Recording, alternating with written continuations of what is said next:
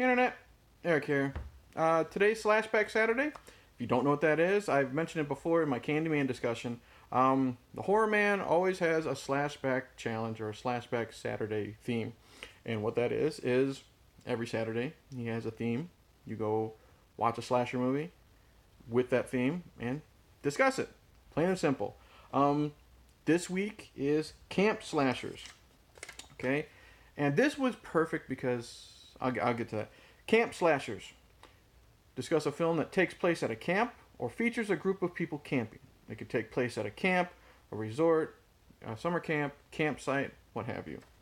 So that's today's theme. And I picked, I think, the perfect film because I haven't seen this film in maybe over 20 years. And since then, it's been so super hyped. Today, I'm going to discuss for Slashback Saturday, The Burning.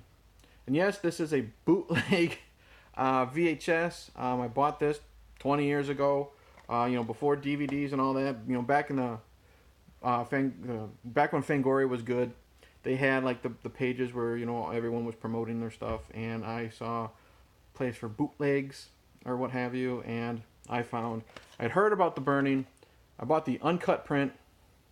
Haven't watched it since, and I didn't want to hook up my VCR, so I watched The Burning on YouTube, so I don't know if that was the uncut print or not. But today I'm going to discuss The Burning. If you're new to my channel, welcome. I discuss plot spoilers, specific scenes, blah, blah, blah. Watch at your own risk. This was made in 1981. Basic plot is, it's a slasher movie at a camp. It's like Friday the 13th. But we start out where a group of kids at a camp I think it's called Camp Blackfoot. They want to play a prank on Cropsy. Cropsy is the mean whiskey-drinking caretaker at the camp. Their prank goes wrong. He is severely burned, and then 5 years later, he is released from the hospital. Skin grafts didn't work, all that jazz, so there's nothing more that they can do for him. They send him home, and now Cropsy is at a different camp stalking kids. Or adults portraying to be teenagers. I don't know. Anyways, we'll get to it. The Burning. I did enjoy it overall. A little overhyped, and I'll get to that, but the characters, we'll get to the characters. A lot of recognizable people here. Jason Alexander from Seinfeld. He plays, I guess, like the comic relief with a full head of hair. Like I said, this was 81. Very likable. Definitely not George Costanza-ish. George Costanza-ish, if that's even a real description. His jokes aren't groaners. They're funny. He's a very likable character. Good rapport with everybody. Everybody here has good chemistry. I'll say that now. Fisher Stevens is in this. I know him mainly from Super Mario Brothers movie, and this was before they made him brown face in Short Circuit as the Indian guy. But he's also, I guess he's like the buddy of George Costanza. Jason Alexander. Whatever. Again, likable character, good rapport. And then Holly Hunter's in this. She's in it for like maybe a total of screen time 3 minutes. Blink and she's gone. She's got like maybe 2 lines. So doesn't really do anything, but kind of be like, hey, there's Holly Hunter.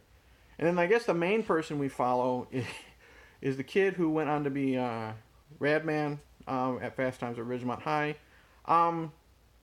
He ends up being like the final girl, I guess, because he's the last one being attacked by Cropsy, or held hostage, or being chased, whatever.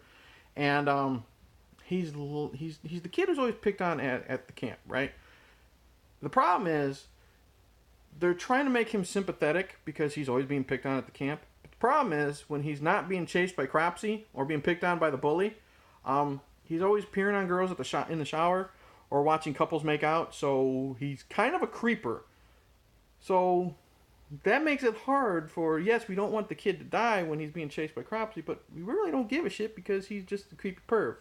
But he does fine, like performance-wise. And then everyone else is fine. The main male counselor does what he's supposed to do. The main female, the blonde, does what she's supposed to do. They're likable. They're fine. The bully, he's the perfect asshole here.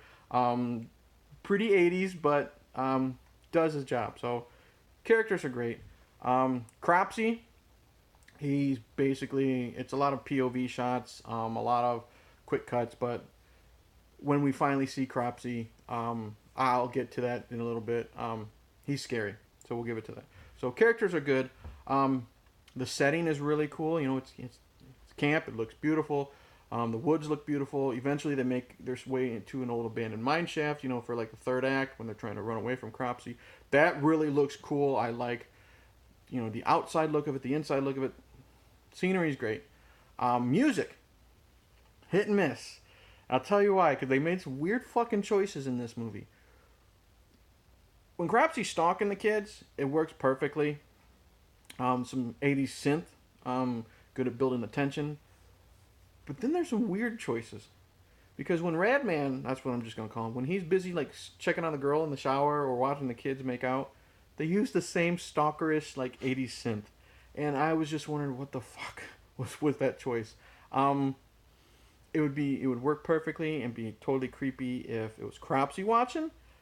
But Radman, again, we're supposed to like this kid, and they got him in the weird stalkerish music. It just didn't fit. And then there's a scene where all the kids are in canoes and they're just, you know, canoeing along, having fun, and there's this Deliverance style like banjo music playing, and it just made me laugh, and I don't think we're supposed to, because I fucking thought of Deliverance when you had a bunch of kids, campers, what have you, just canoeing and having fun, and I just think it was a really bad, really poor choice of soundtrack music. But overall, hit and miss. One thing that this movie is really known for, and why this was such a big deal, you know, bootlegged, was this is the uncut version. Because Tom Savini does the gore here. He had just got done doing the gore for Friday the 13th. Turned down Friday the 13th Part 2 to be on The Burning. Also scheduling conflicts, and he didn't believe Jason should be alive, whatever. But he did The Burning instead of Friday the 13th Part 2. And most of the hype came from the gore here. I knew about the raft scene, which I'll get into. I thought it was really hit and miss. When it's good, it's good. When it's not, it's noticeable. The good, when like, let's see here. We'll get to the raft scene. Cropsy just killed a couple campers, and then he took the canoes. The other campers find out the canoes are taken. They need to go back to the camp, so they make this makeshift raft. They get on it and they canoe away. They see one of their canoes in the distance, and of course, Cropsy's there waiting. Good fucking good, lucky for Cropsy that, these campers decided to make a raft, because he'd be waiting in that sun and in, all fucking day. Really good jump scare. Cropsy jumps out. He uses garden shears. Big silhouette in the sun. Really good jump scare. Looks really nice. And then he kills all the campers. Some are really good. We get a couple slices across the forehead. We get a couple of impalements, which look really good. We get a neck impalement with the shears, which I think was Savini trying to recreate the arrow through Kevin Bacon in the first Friday the 13th, and the stabbing looks good. But the way the head is put on the fake body, it's just, due to the camera angle, it's so noticeable, and I think it looks really bad. And then Fisher Stevens, he gets his, before he gets killed, he gets his fingers cut off, because I think he's like blocking or something, and he gets them cut off like that. The effect looks good. But the problem is, it's like the whole, fake hand in front of the actor thing. You can tell just the way it's thrown up there and like the angle, it doesn't sync up with his shoulder when it gets cut. So it's just like, everyone's talking about this raft scene, and it's just pretty mediocre, at least from what everyone said. But when it's good, it's good. When Cropsy first gets out of the hospital, what does he do? He gets himself a hooker. And he kills the hooker, stabs her. That effect is good. Her overacting is horrible, but the effect is good. And when the bully finally gets it, he gets stabbed, and like with the shears, I believe it is, and he's lifted up and he's pushed into a tree. That looks really good. So, and then when we see Cropsy unmasked, and his face looks like it's not just been burnt, but it looks like it's been melted. Looks good. So, Savini's work is hit and miss here for me. I think it was just because it's just been so overhyped. And it took me a long time to finally sit down and watch the fucking movie. But overall, is there anything else I want to talk? Oh, let's talk about the elephant in the room. This doesn't really affect the movie story-wise or plot-wise or whatever, but it in 2019, if you're first watching this, it's interesting. This was Harvey Weinstein's first production, and I know he helped on the story with his brother Bob and some other people. He didn't direct it, but there are a lot of close-up shots on girls' asses in bikinis. The softball scene when the girl swings the bat, she's running in slow motion. She's obviously not wearing a bra. Lots of, I mean, it's a 80s slasher, so there's nudity, but there's some characters where like they don't rape the girls, but they're hey baby, you know you want it type of thing. And I'm just like, oh, little uncomfortable. It's kind of like watching Ferris Bueller's Day Off now when you know what Jeffrey Jones did. Anyways, but overall, I did enjoy The Burning. I did think it was a little overhyped, especially the gore. It was never boring. I did really like the opening scene where the kids are playing the prank on Cropsy, and that is a fantastic burn stunt. When they scare Cropsy and he is accidentally caught on fire, it's a long, at least for a film, it's a long burn stunt.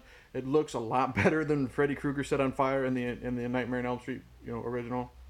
Oh, there's a car driving by.